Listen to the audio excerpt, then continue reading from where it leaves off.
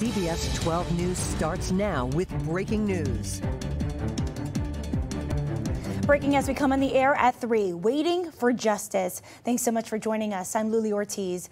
Now, the families of the victims in the Parkland school shooting will have to wait for the trial of the suspected school shooter. A Broward County judge says that the trial is off due to the COVID-19 pandemic. Now, the courthouse is not open to the public, and it's not clear when it will reopen. And another factor here, according to the suspect's lawyers, it's 24 witness depositions have been postponed due to the pandemic, and legal motions have not been filed.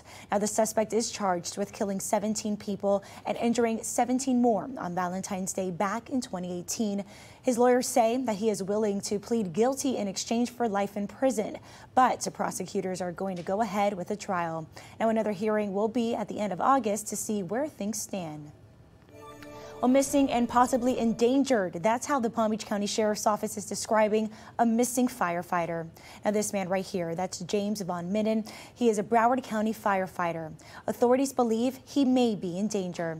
Now, James was last seen on Friday night just before 6 near Randolph Siding Road and Alexander Run in Jupiter Farms. Now, search crews are now out scouring the area for clues as to where he could be. Anyone with information, they're asked to call PBSO.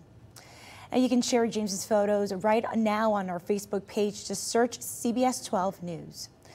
Right now, police have roped off a restaurant in Fort Pierce. So right now, crews, crime scene units, they are out on the scene at Manatee Restaurant. Now, that's on Seaway Drive and Fernandina Street. So far, police have called the scene police activity.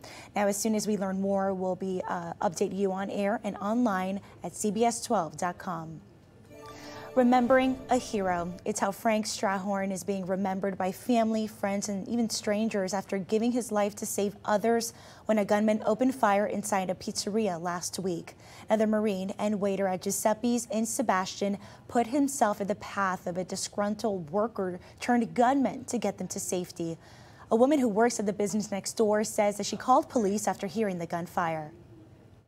A lot of gunfire, loud gunfire. I stayed down and I stayed hidden. I do have a Marine in my life too, so my heart goes out to his family.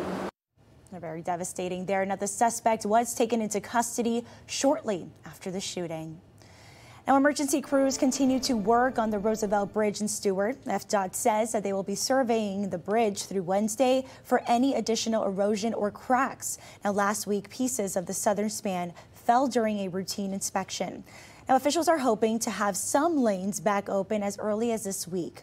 Now, supports are expected to be installed by tonight. Once they complete, they can work on reopening the old Roosevelt Bridge, also known as Dixie Highway. Now, at the same time, crews are preparing the northbound side to support traffic again. Now, FDOT says that this will likely only be one lane in each direction as they continue to repair the southbound lane. Meanwhile, this was the scene earlier today. That's on Flagler Memorial Bridge in West Palm Beach. Drivers were asked to go around the bridge following a malfunction, leaving the bridge raised, and the bridge eventually lowered. Going to take a live look right now at the Mid-Florida Event Center in Port St. Lucie. Let's get right over to CBS 12 meteorologist Michael Ehrenberg. And Michael, it is brutal out there.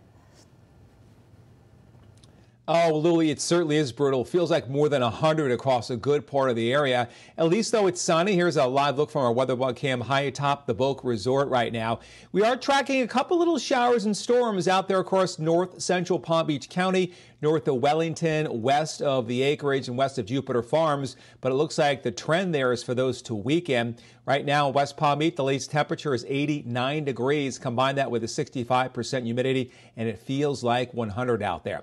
Now, the hour-by-hour forecast shows scattered showers and storms, but I think that sea breeze will hold everything mostly across the interior, especially across Palm Beach County. And then things would kind of dry up as we go through the mid to late evening hours. Storms, again, mostly out west of the lake by then.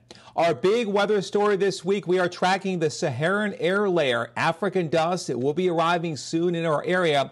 We'll take a look at what kind of weather impacts we can expect from that this week and your hour-by-hour forecast as well. Well, experts continue to drive home that wearing a face mask and practicing social distancing really helps slow the spread of the virus. Now, just into the CBS12 newsroom, the city of Miami is requiring face coverings to be used while in public. And we can learn this week if Palm Beach County will make masks mandatory as well. Here's CBS 12 News reporter Kara Duffy. Right now, Palm Beach County only requires masks in government buildings and on buses, but that could soon change. County commissioners will meet tomorrow to discuss whether to make wearing face masks mandatory in all public buildings and businesses. Local members of Congress also calling on county commissioners to pass new rules and step up public messaging to encourage social distancing. It's something the governor agreed with, saying the younger population is not sticking to those guidelines. You're having more transmission amongst the 20s and 30-year-olds is why the positivity is going up. And I think that's just a function of, we're now 3 months into this. I think that there's a lot of fatigue in terms of some of the social distancing. The governor recently said Palm Beach County residents aren't as good at wearing masks compared to people who live in Broward and Miami-Dade. Both of those counties already made masks mandatory. Similar rules also in place in other larger cities in Florida like Tampa and Orlando. Reporting in studio, I'm Kara Duffy, CBS 12 News.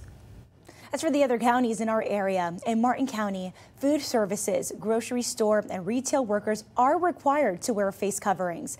Now, there is a petition in St. Lucie County to make masks mandatory, while in Okeechobee and Indian River counties, masks are just recommended. Now, 5 furry family members were saved from a reported house fire this morning. This is in Vero Beach. Indian River County deputies and emergency services departments say that no one was at the home on 24th Avenue. The cause is still under investigation. While making headlines today, the Department of Justice is now involved in the news situation at a NASCAR event last night. NASCAR is investigating after a noose was found in racers Bubba Wallace's garage stall. Now, the FBI is also joining in on the investigation to determine if federal charges can be filed. Wallace released a statement on Twitter saying that the incident, quote, "will not break me, I will not give in, nor will I give back down." Tomorrow, family and friends of Rayshard Brooks will honor his life in a private funeral service. Now, the service will take place tomorrow at 1 p.m. at the historic Baptist Church where Martin Luther King Jr. served as co-pastor. Media mogul Tyler Perry has offered to pay for Brooks's funeral. Now, his studios are less than 4 miles away from where Brooks was shot.